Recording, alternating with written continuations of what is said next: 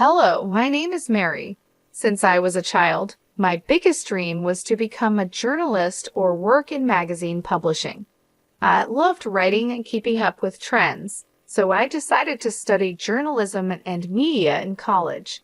After I graduated, I worked with several companies. They weren't very famous, but I was happy because I was living my dream. A few years after graduating, when I was around 31, I met my future husband, Jerry.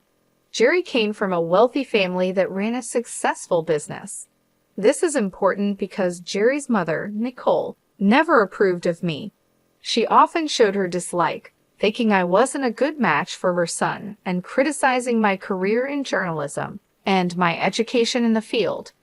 At first, Nicole's negative attitude and harsh words were very hurtful.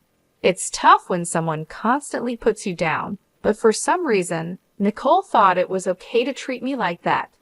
Thankfully, Jerry always defended me against his mother's cruel remarks. His father, Willie, also supported me, standing up for me whenever he saw Nicole's mean comments. Over time, I became more resilient to Nicole's jibes. Jerry even suggested that we should limit our interactions with her, but I didn't agree. Jerry worked in the family business with his father, and reducing contact with his mother might have made things awkward for Willie, who was genuinely kind. I didn't want to cause any strain in their family or make Jerry cut ties with his family. Through it all, we managed to stay strong. I learned the importance of patience and resilience, knowing that keeping family relationships often means dealing with tough emotions and situations. Handling Nicole became a regular part of my life because we only saw each other a couple of times a month. However, things changed a lot when her husband, Willie, had to travel overseas for work. Nicole didn't want to stay alone, so she moved in with Jerry and me until Willie came back. I had doubts about this arrangement, but believed family should come first. Living with Nicole was hard. She always found something wrong with what I did and constantly criticized me. Even though her comments were relentless, I managed to cope without taking it personally as long as she didn't cause real harm. However, my patience was tested during a particularly stressful week at work. I was leading a major redesign of a section in our magazine, a project that was crucial for both the publication and my career. Success could lead to a promotion. Nicole didn't seem to understand the importance of this project and was indifferent to the pressure I was under. One evening, just before the big presentation, I was discussing my worries with Jerry, and Nicole overheard us. She came into the living room and interrupted with her opinions. As I shared my fears about failing in front of the company's top executives and potentially missing out on a promotion, Nicole bluntly dismissed my concerns. "Well, Mary, I overheard your conversation, and honestly, you probably don't have the skills for this. You'll likely do poorly tomorrow," she said, without being asked. Her words were harsh, and she added insultingly, "Just see it as an opportunity to quit and perhaps focus on being a housewife." Her comment hurt deeply, showing not just a lack of support, but also a strong disregard for my professional dreams.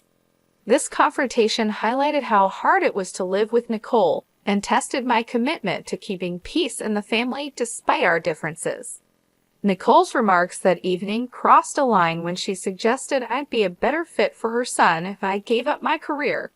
"I can't believe he married a journalist," she said scornfully, making it clear she meant to belittle my profession and my efforts. Feeling frustrated, I responded firmly, "Mom, you're overstepping.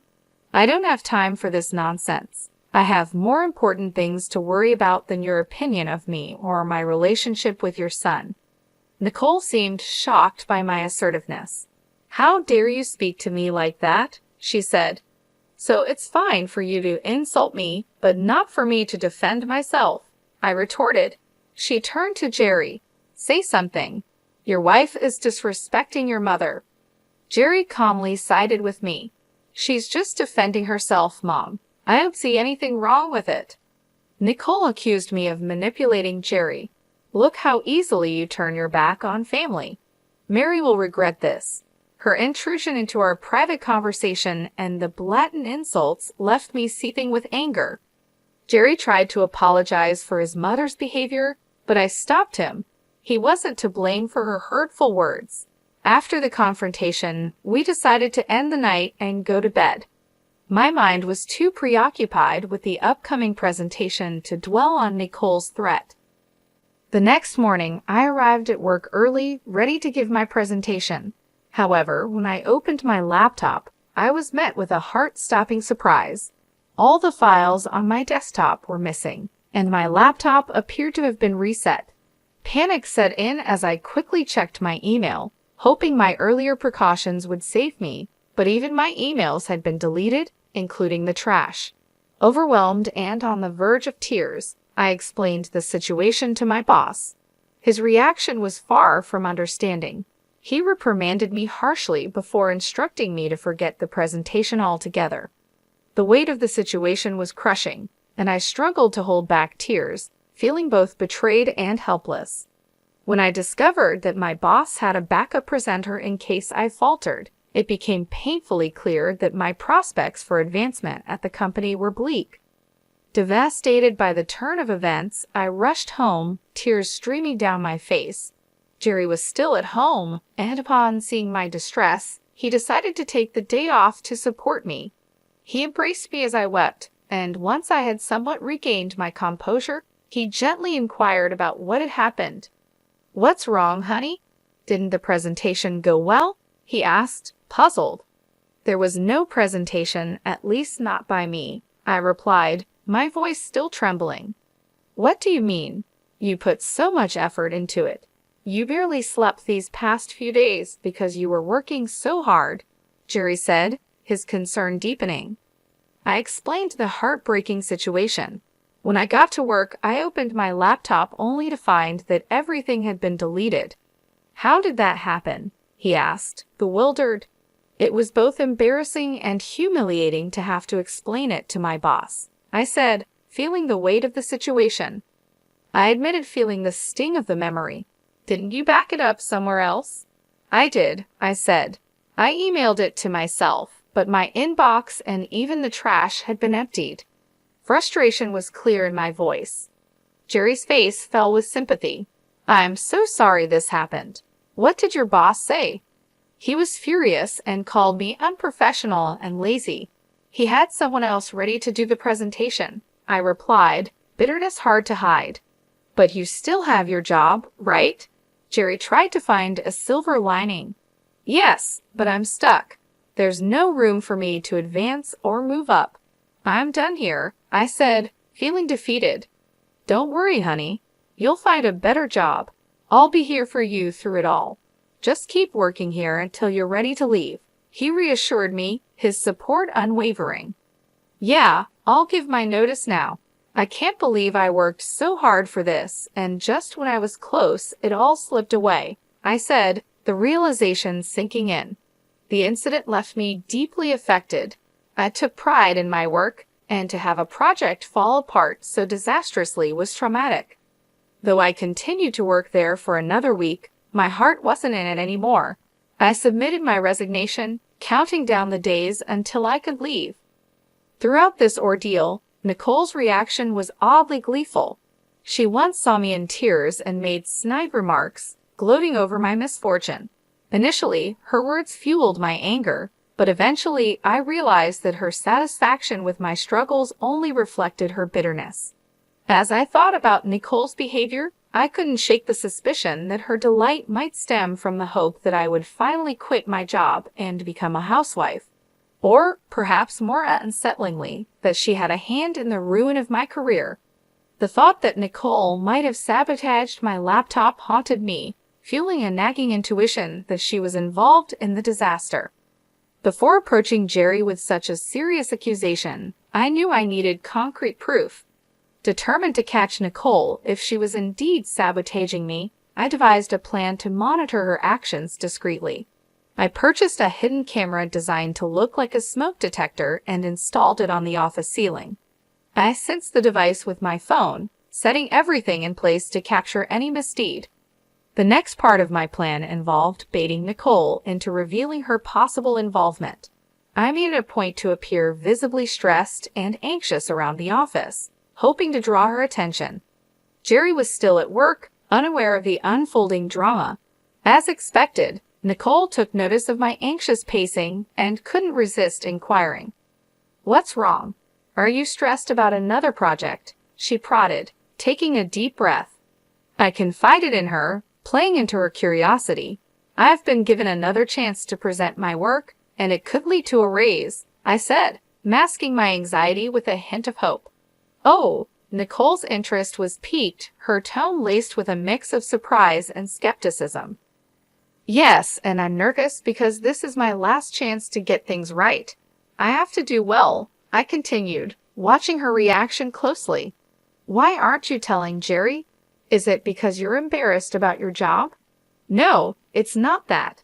I just don't want to disappoint him again. Please, let's keep this between us, okay?" I pleaded, trying to gauge her response. "I'm not promising anything, but it'll be interesting to see what happens tomorrow," she replied, her words chilling. "Why do you always want me to fail?" I couldn't help but confront her.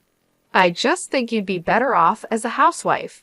It's less embarrassing than what you're doing now," Nicole scoffed, dismissing my concerns. Frustrated and needing space to prepare, I finally said, "I don't have time for this, and I don't care what you think. Please leave me alone so I can practice my presentation before Jerry gets home." With that, Nicole left, and I was left to hope that my hidden camera would reveal the truth behind her unsettling satisfaction. Nicole's smirk as she glanced at my laptop lingered in my mind long after she had left the office. I stayed put a little while longer, finally leaving only when Jerry arrived home. Throughout dinner, Nicole's occasional smirks continued, each one sending a ripple of unease through me. Later that night, after Jerry and I had settled into our usual routine of watching a few episodes of our favorite TV series, I decided it was time to check the footage from the hidden camera I had installed in my office. As we watched, the screen showed Nicole entering the office.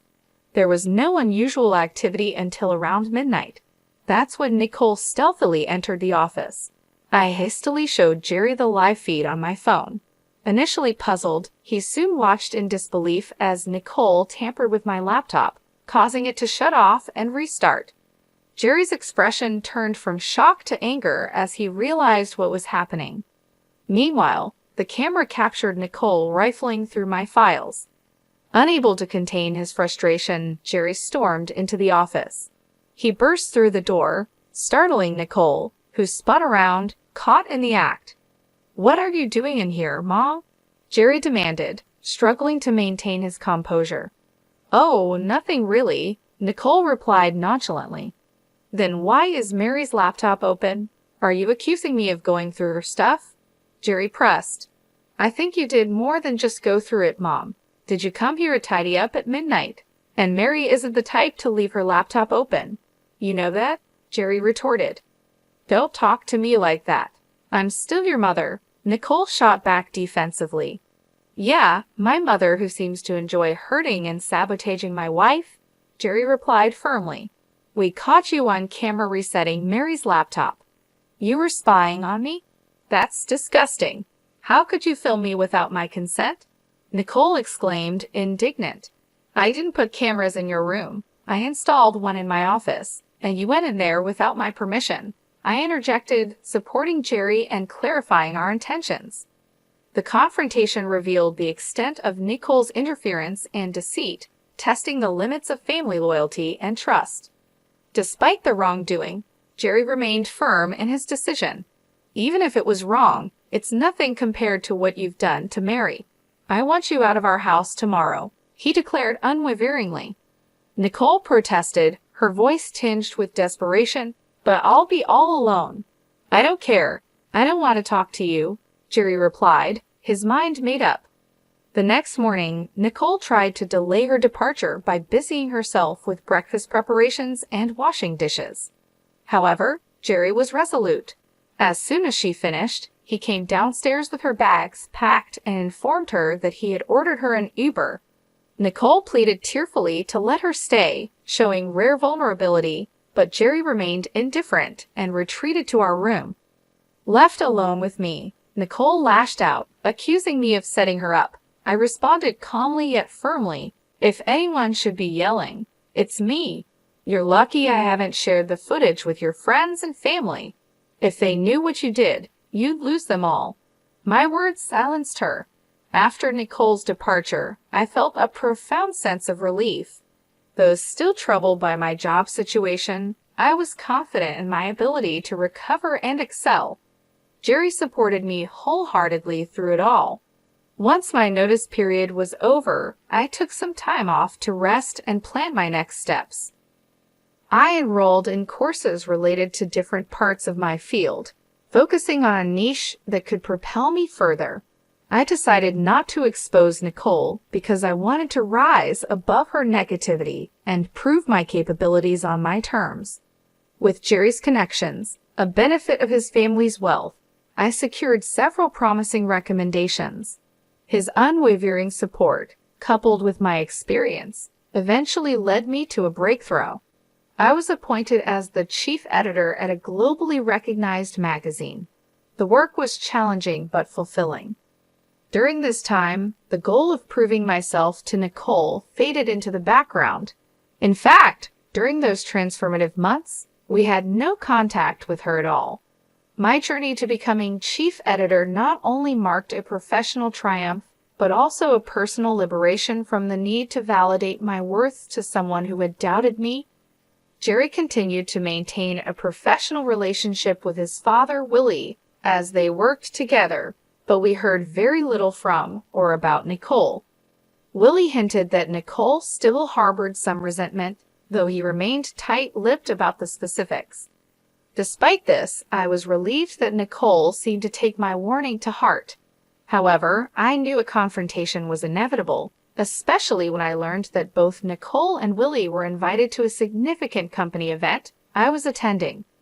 The party was a grand affair, attracting numerous prominent figures. Jerry and I made sure to look our best, aware that we were now both influential figures in our own rights. Upon our arrival, Willie and Nicole noticed us and waved us over. We approached, exchanging greetings. Nicole gave me a critical once-over and smirked. "Look at you, trying to fit in," she sneered.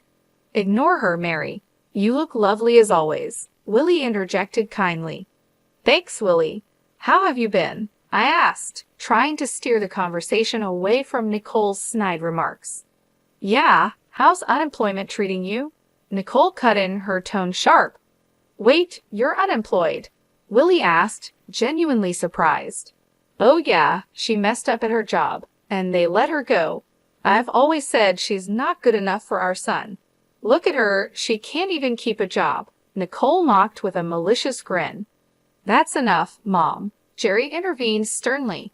"Stop siding with her. It's bad enough having to see her everywhere. We wouldn't have to if you just left her," Nicole spat. Jerry shook his head, his patience worn thin. "We're done here," he said, taking my hand and leading me away from the confrontation. As we walked away, I felt a mix of emotions but also a sense of relief. Jerry's support meant the world to me, and together, we faced the challenges with strength and unity. Nicole insisted stubbornly. "Okay, that's enough. Either you stop talking or I'm leaving," Jerry warned, his patience thinning. "But Mary, sweetie, if you need a job, let me know. It would be great to work with you," Willie offered sincerely. "That's kind of you, Willie, but I can't accept the offer," I replied, appreciating his gesture but choosing to decline. "Of course not. I told you she's lazy and incompetent," Nicole muttered under her breath. Just then, my name was called out, and the room erupted in cheers. I turned towards the small stage where the CEO was gesturing for me to come up. Excusing myself, I left Willie and Nicole. Willie looked amused, and Nicole, for once, was at a loss for words. Nicole looked both confused and angry as the CEO began his speech, praising my contributions to the company and my innovative ideas for the magazine. The room filled with applause and cheers, and soon I was asked to give a speech. Gratefully, I acknowledged Jerry's unwavering support and my colleagues' collaborative efforts that had significantly shaped the magazine. I concluded by thanking an unnamed critic whose skepticism had unwittingly spurred me to excel. As I stepped off the stage, many congratulated me and curiously inquired about the critic, but I chose to keep that detail private. I rejoined Jerry, Willie, and Nicole at our table. Jerry embraced me warmly, his pride evident, while Willie also stood to congratulate me with a hug. Nicole, on the other hand, could only offer a cold glare. "Oh, Mary, this is incredible. I can see why you wouldn't want to work with us," Willie remarked with genuine admiration. "Thanks, Willie. Although I'll admit, if you'd offered me the job about 9 months ago, I might have taken it," I responded, reflecting on the past. "You should have. At least then you'd be paid more," Nicole retorted sharply, her tone dripping with sarcasm. "Paid more? I could never put a price on this," Willie quickly replied, defending the intangible rewards of my current role. "Right, she's not worth all that money," Nicole scoffed dismissively. "No, I mean I couldn't match what she's earning right now," Willie corrected, hinting at my substantial earnings. "What do you mean?" Nicole asked, her confusion apparent. "Do you want me to tell her, Mary? It might come off as boasting," Willie offered. "Sure, go ahead," I said, smiling. "Nicole, Mary's salary as chief editor is well above what we could have offered. She's making more than enough and doing a fantastic job," Willie explained. Nicole's eyes widened in shock. "Oh, I see," she mumbled, her tone subdued. I smiled, feeling a sense of vindication. My hard work and determination had paid off, and now even Nicole couldn't deny it. "Say it, Willie," I offered, looking at him for permission. "Mary makes at least 5 times more than I do in her current position," Willie revealed, causing Nicole's eyes to widen. "Oh yeah, she must be making way more than Jerry or I could ever imagine," Nicole exclaimed, her tone shifting from disbelief to grudging acknowledgement. "That can't be right. You must be mistaken," Nicole insisted, still struggling to accept the reality. "He's not mistaken, Mom. I did mean it when I thanked you. You've been nothing but a bully to me, and I hope seeing me more successful than anyone in your family stings. Anyway, I have other people to talk to." "Excuse us," I said firmly, ready to move on from the negativity. "Nicole, Willie, feel free to join us anytime. Goodbye," I concluded as Jerry and I left the table, leaving a stunned Nicole behind. Willie chuckled and raised his drink to me as Jerry and I walked away, a gesture of solidarity and celebration. I had never felt more alive and validated. It was an incredible moment of triumph, and I was immensely grateful for Jerry's support throughout it all. As we made our way through the crowd, I couldn't help but reflect on the journey that had brought me to this moment. The challenges, the setbacks, and the doubts had all led to this point of success. I felt a renewed sense of purpose and confidence, knowing that I had proven myself not only to Nicole, but to everyone who had ever doubted me. Jerry and I found a quieter corner of the venue where we could enjoy the rest of the evening. He looked at me with pride in his eyes and said, "I am so proud of you, Mary. You've worked so hard and deserve all the success you've achieved." "Thank you, Jerry. I couldn't have done it without your support. You've always believed in me, even when I doubted myself," I replied, feeling a wave of gratitude. We spent the rest of the evening mingling with colleagues and friends, celebrating my achievements. The event was a blur of congratulations, laughter, and heartfelt conversations. Each person who approached me to offer their well wishes reinforced the fact that I had truly made it. My hard work and dedication had paid off, and I was now standing on solid ground, both professionally and personally. Later that night, as we returned home, I felt an overwhelming sense of relief and accomplishment. The weight of Nicole's negativity had been lifted, and I knew that I had finally broken free from her influence. Jerry and I talked about the future, dreaming about the possibilities that lay ahead. We were both excited about the new opportunities and challenges that awaited us. In the following weeks, I settled into my new role as chief editor with renewed enthusiasm. The work was demanding, but I thrived on the challenges, knowing that I was making a significant impact. My team respected and supported me, and together we pushed the magazine to new heights. The sense of fulfillment I felt each day was unmatched, and I knew that I was exactly where I was meant to be. Nicole's absence in our lives was noticeable, but it brought a sense of peace. Jerry continued to work with his father, Willie, and their relationship remained strong. Occasionally, Willie would provide updates on Nicole, hinting that she still harbored some resentment. However, these updates were few and far between, and we chose not to dwell on them.